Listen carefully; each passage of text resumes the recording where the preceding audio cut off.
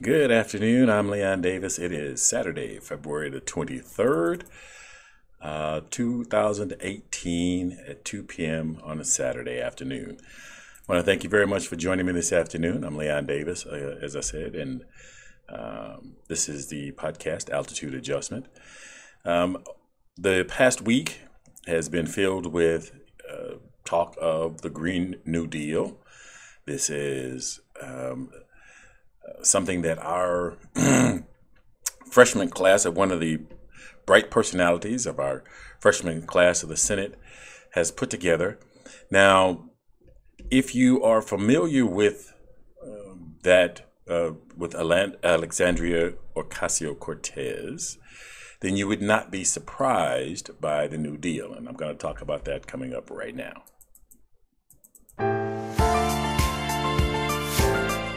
Welcome to Altitude Adjustment.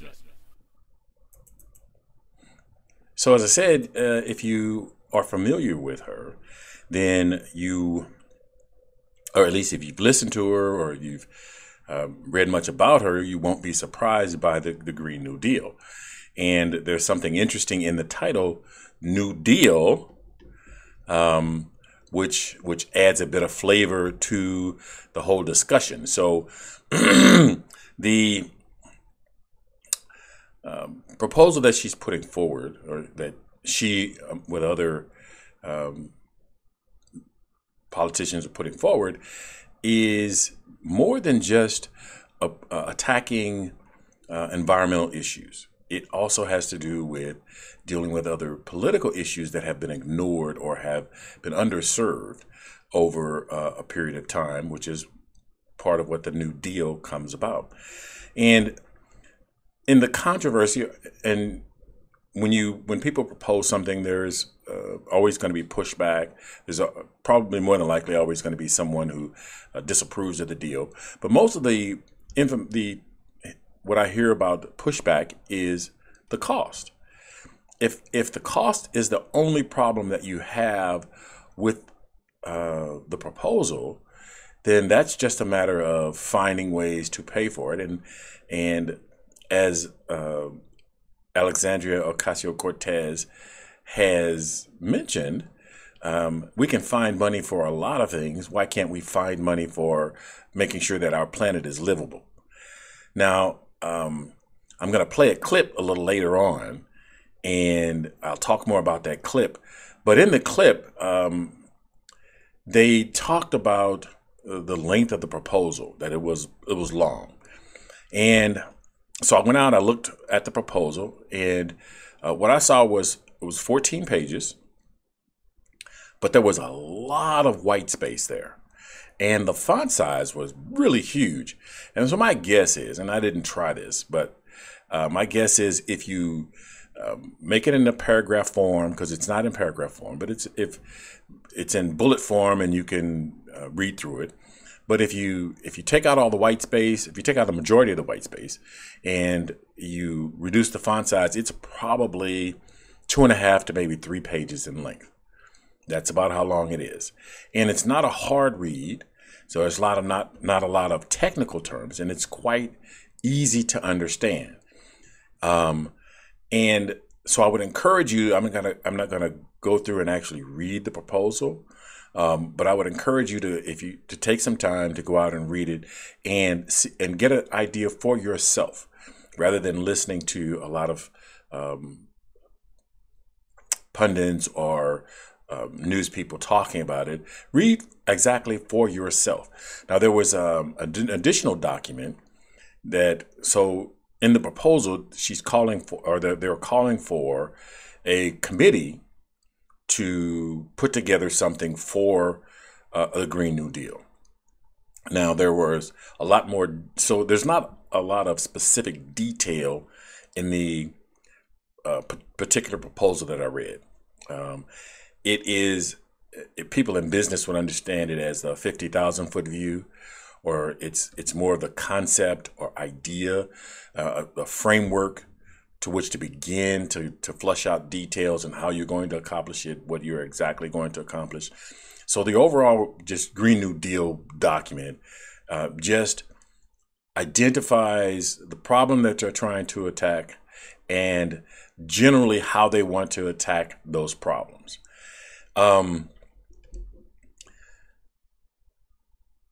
So that's it. Now, there's been a lot of buzz obviously created about that.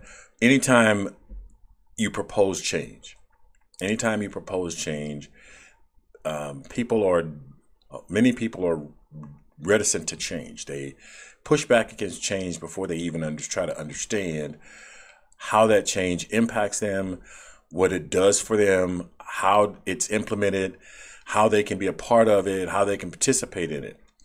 And that's what I found a lot of in listening to people talk about it. And as I mentioned, most of the pushback was about the cost. And it's difficult to flush out the cost until, based on what we, if you haven't done the math, if you haven't sat down and said, well, how much is this going to cost, and how much is that going to cost, and is that going to change production cost, when you buy in volume or buy in bulk. If you go with currently what we do for green, when it scales up, that's going to change the cost. So that's going to change the dollar amount significantly. And so it's important to understand what they mean when they talk cost. It's just kind of a general idea, and it's not specific. So the difficulty of talking cost before you're even talking, specifically what you're going to do, how you're going to accomplish that, is kind of putting the cart before the horse. And as I said, if your general argument starts with how much it's going to cost, then a couple of things are in play or come to my mind that I think are significant. Either you think that the project is worth doing and your only concern is the cost, or you don't care about the project and you're trying to kill it by talking about the cost. And in either case, the conversation needs to be had, and the talking about our environment is important, and it should move forward. Now, I picked up a couple of articles, went through a lot of articles, but a couple of them that really stood out. And one was from thehill.com. And let me see if I can't remember if I got, I can't tell if I got the title of the article. Yeah, here it is. Ocasio-Cortez's resolution would create a select committee in the House to draft a plan that fits the proposal's standards. In that sense, it's similar to House Minority Leader Nancy Pelosi's call for a select committee on climate change, although that panel wouldn't have the same explicit assignment. So that wasn't the title of the article. I've misplaced that someplace. Hopefully I can run across that before too long. But anyway, so it wasn't, so the Green New Deal has more than one person attacking the problem. And that's real important, that we have a multitude of people, a multitude of ideas attacking the problem, because the more minds that we have attacking a problem, the more likely we are to have better solutions. The more likely we are to see difficulties or problems in one plan versus another, to make sure that we get the best fit for as many people as possible. Now, central to the Green New Deal, and it is pretty much attached to Alexandria Ocasio-Cortez. I don't like the idea of shortening her name to AOC. Not that that some familiarity is good, and that that is disrespectful. I just think that she deserves, unless she specifically gives me the okay to call her AOC, I prefer to call her either Ms. Cortez or Alexandria Ocasio-Cortez, which I'm probably going to struggle with. But anyway, central to her proposal is the goal of working towards using nothing but renewable energy for electricity generation. And that would mean wind, solar, biomass, geothermal. Now, while coal, and natural gas, and oil are completely out, that would mean wind, solar, biomass, and that natural gas, oil, and nuclear power are completely out as fuel sources. And I'm going to, in doing this podcast and putting it together, there were a couple of directions I could go. And one of the directions was actually talking about fracking. So I looked into fracking. I looked into oil drilling, not been on an oil rig or not done oil drilling, understanding that technology, how it functions, and what are the pros and cons of that. And so some people have believed that natural gas is natural and that it does not have an impact on the environment, and you couldn't be more further from the truth. It is important to understand how they achieve the natural gas and the difficulties with fracking. And so I may go back and do a podcast specifically with how we currently supply our energy supply, how we meet our energy supply, and the pros and cons of that. Pardon me. So going back to the resolution, now the resolution doesn't mention whether it includes hydropower. Now, hydropower is water, and there's been some concern by environmentalists of building dams and impact that dams have on the ecosystems near where the dams are. Water being the largest source of renewable power, as I mentioned, the whole infrastructure of building dams has an impact that some ecologists and environmentalists find too imposing to be a first tier option. Wind being plentiful, solar being plentiful, and the capturing of that would appear to be a lot easier. The plan also calls for transitioning to renewables within 10 years of passing the legislation. And that's that's got to be a pretty aggressive timeline for our society, 300 million people, to completely redo how we get our energy, how we use energy, how we interact with our environment. The policy is also meant to do the United States part to respond to the urgent needs to slash greenhouse gas emissions. United Nations report last month recommended cutting, actually I think it was in November, recommended cutting worldwide greenhouse gases by almost half by 2030 to avoid some of the catastrophic effects of climate change. The resolution, the Green New Deal resolution, doesn't call for a mandate for renewable energy. It also doesn't specify how the U.S. should wean itself off non-renewable power sources. So they're not talking about how do we go from oil and gas to solar and wind. And I think and as I said, we have lots of people trying to attack the problem.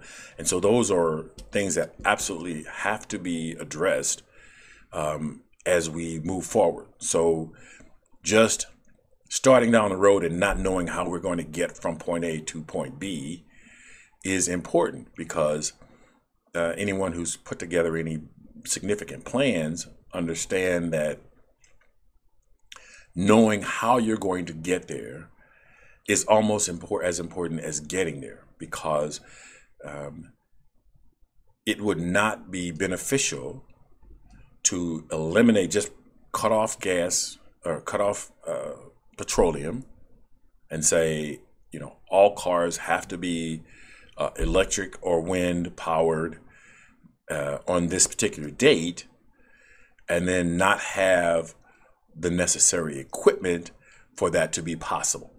So then all of the cars just, are taken off the road, and we haven't replaced it with something that is going to be able to sustain our economic abilities, making sure that people got food, making sure that people got to medical facilities. Those are absolutely necessary to understand how that's going to transition before you make even the first steps. Knowing how you're going to get there and how you're going to implement that are extremely important to getting that done. So the proposal consists of a nationwide build out of a smart electrical grid. That means making changes to our current electrical grid. Mass energy efficient buildings.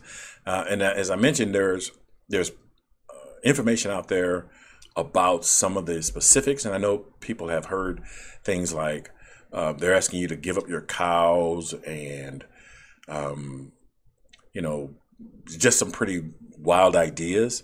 And most of the things that I've seen about it, I'm going to say most all of the things I've seen about it are rational and reasonable. They're not these scary things where, you have to give up your car today. You have to, do some really obnoxious or difficult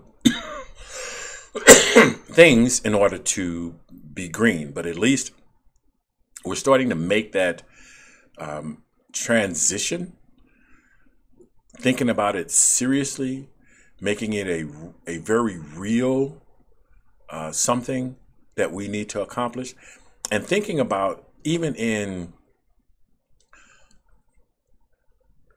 So the government is taking the lead on this. We as citizens should be taking the lead on this. We as citizens should be pushing our government to get these things done for us.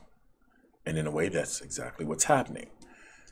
People who have seen that we have not taken very real steps to address this problem prior to now, have run for office, and are now making an effort to try to get things done. And so we as citizens have to make sure that we're supporting that effort and that we're understanding how we get there and being a part of the discussion. One of the articles that I ran across, and this was an opinion article in the Huffington Post, calls for climate action or growing louder and more fervent.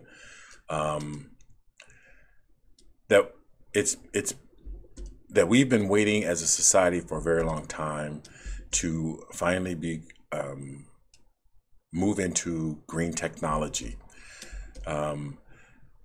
There was a electric car, and some people may know that I think it was back in 2000, somewhere around 2000, between 2000 and 2006 or something. And it was allowed to be discontinued.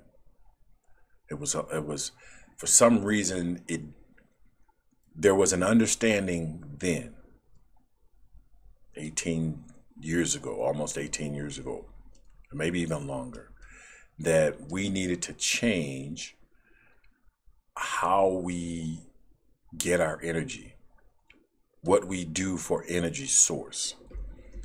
And it was the people, so they sold some of these cars. They didn't actually sell the cars. The car, it was an electric car, and it was leased. And after they decided to eliminate the car, the vehicle, people weren't, it wasn't people who owned the vehicles that were unhappy or that caused the project to die. It was industry, auto industry,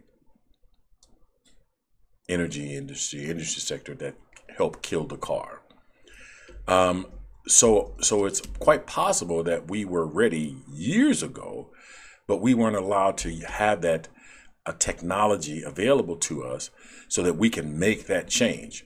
There were a smaller group of people that made the decision that we would not have that technology available to us.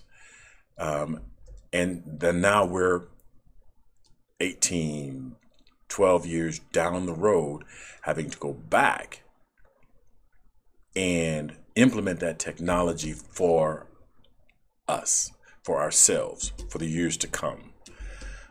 There has been a lot of excitement about the New Deal, and there's been a lot of misinformation. And I encourage you to seek out some of the information for yourself and understand how this New Deal will impact you and who's giving you the best information and why they're doing what they're doing. I'm going to play this clip in just a moment. One of the things that, so I'll tell you a little bit about how committed Ms. Ocasio-Cortez is. Speaking at a town hall led by Senator Bernie Sanders, she framed her climate policy this way. This is going to be, and I quote, "This is going to be the New Deal, the Great Society, the moonshot, the civil rights movement of our generation," unquote. The Green New Deal aspires to cut U.S. carbon emissions fast enough to reach the Paris Agreement's most ambitious climate goal, preventing the world from warming no more than 2.7 degrees Fahrenheit by 2100. To make the target, carbon pollution needs to be cut in half by 2030, and that's based on a UN report of global emissions, which hit a record high, and I mentioned that earlier. Now, even the Barack Obama administration's most breakneck climate policy did not put the United States close to making its part of the goal. So one of the things that I have talked about before is, democracy has the benefit of not putting people in power permanently. But one of the drawbacks is that people can come into power and roll back changes that the previous administration or previous administrations had put into place to kind of move the society forward. And it appears we've entered that realm where we've rolled back an attempt to move forward. Not everyone is going to agree on the direction forward, but it's important that we have those discussions and make sure that we understand what forward is. So I'm going to play this clip real quick, and then and I'm going to give you a little bit of my take on this clip.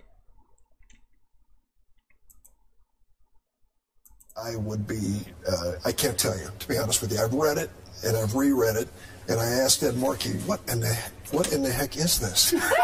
You sound like Nancy. He says it is an aspiration. You know, okay, you don't vote for aspirations. It's a resolution aspiration. Right. What we're going to do is ask the Republican leader, what's your position on global warming while we're at it? Yeah. Shouldn't you come out on the record and tell us whether you believe that human activity is having an impact on our environment? Let's get on the record on both sides. But you wouldn't vote for it in its current form. And I'm going to take a look, Willie.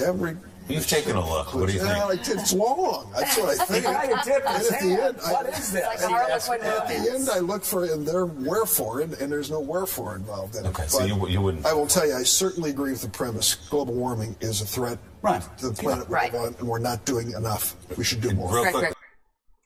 Okay, so that clip was from Morning Joe, and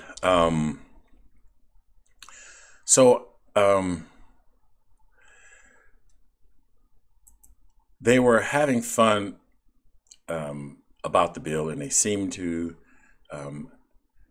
have been one of the naysayers of the bill.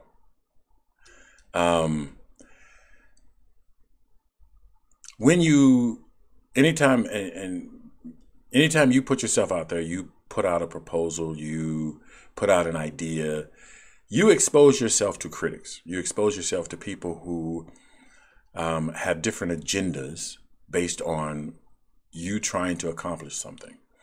And so Ms. Ocasio-Cortez has put herself out there. She has an idea that she believes in. She has a mission that she's trying to accomplish for not only herself, but for the United States and the globe as a whole. And rather than attack, so some people attack the individual.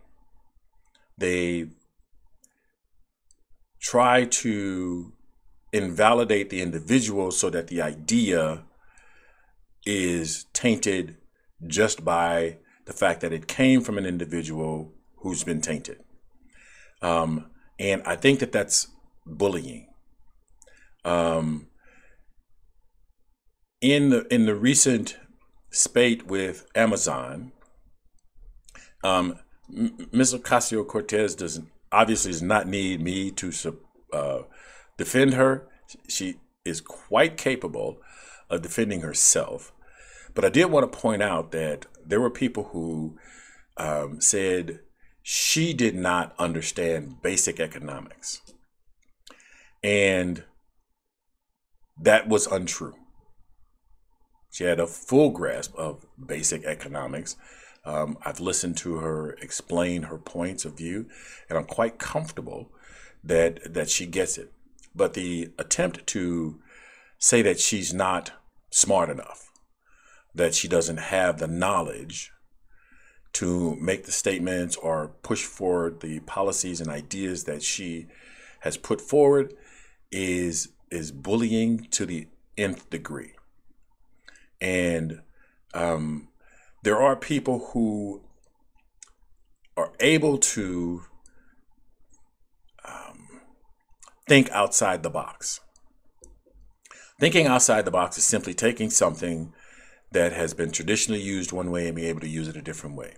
So in other words, you can take a hammer and be able to use it as a piston rod or a piston, but you can find some new use for that tool. Find creative ways to make that tool useful to yourself or mankind. There are those people that, regardless of how useful your idea is or how good or bad your idea is, because they lack the ability to do that or because they are not the one doing it, it becomes a power struggle for them to rein you back in, to keep you from achieving better, which is bullying. To take their power to try to blunt your power, rather than most of the time, the people who are criticizing the Green New Deal have no policy. And in that clip, so So the Republicans want to use the Green New Deal. Mitch McConnell wants to call for a vote to get people on record as saying they support or don't support the New Deal. So there are people voters who don't support the New Deal and may take that as an issue to vote for or against a candidate. And so we're playing politics again with environmental issues. Dick Durbin on this one. So I was a little disappointed. I think he's a very brilliant man. I think he's bright. He's very smart. And so he knows how to, he's a good politician also. So when he says in the clip that he doesn't know what's in it, I think he's disingenuous, because if you read it, it's very self-explanatory. It is not difficult at all to understand. As I mentioned, there's no real technical aspects of it. And so I think from a political standpoint, so he knows that Mitch McConnell is trying to use that toward against Democrats in the upcoming election in 2020. And by asking the Republicans, where's your plan? What do you propose? You are against something, but you haven't provided anything as an alternative.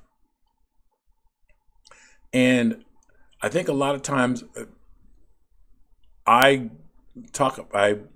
have a difficult time with people criticizing something if they don't have a plan, if they don't have any experience with it, if they don't have a frame of reference to be critical. So with the Green New Deal, people being critical of the Green New Deal haven't put forth any kind of a plan. They can't even tell you, other than cost, why we should not do some of the things that are a part of the New Deal. They can't give you any reason, any rational reason why, and they can't put forth a plan, but they can be critical. And they can try to use it against you because other people don't understand why the New Deal is so important, why the Green New Deal is so important. So I'm glad we're having this conversation. I think it's not beneficial for people to criticize without being able to explain it into some kind of detail and why we should or should not do those kinds of things. But unfortunately, people will be people, and bullies are bullies.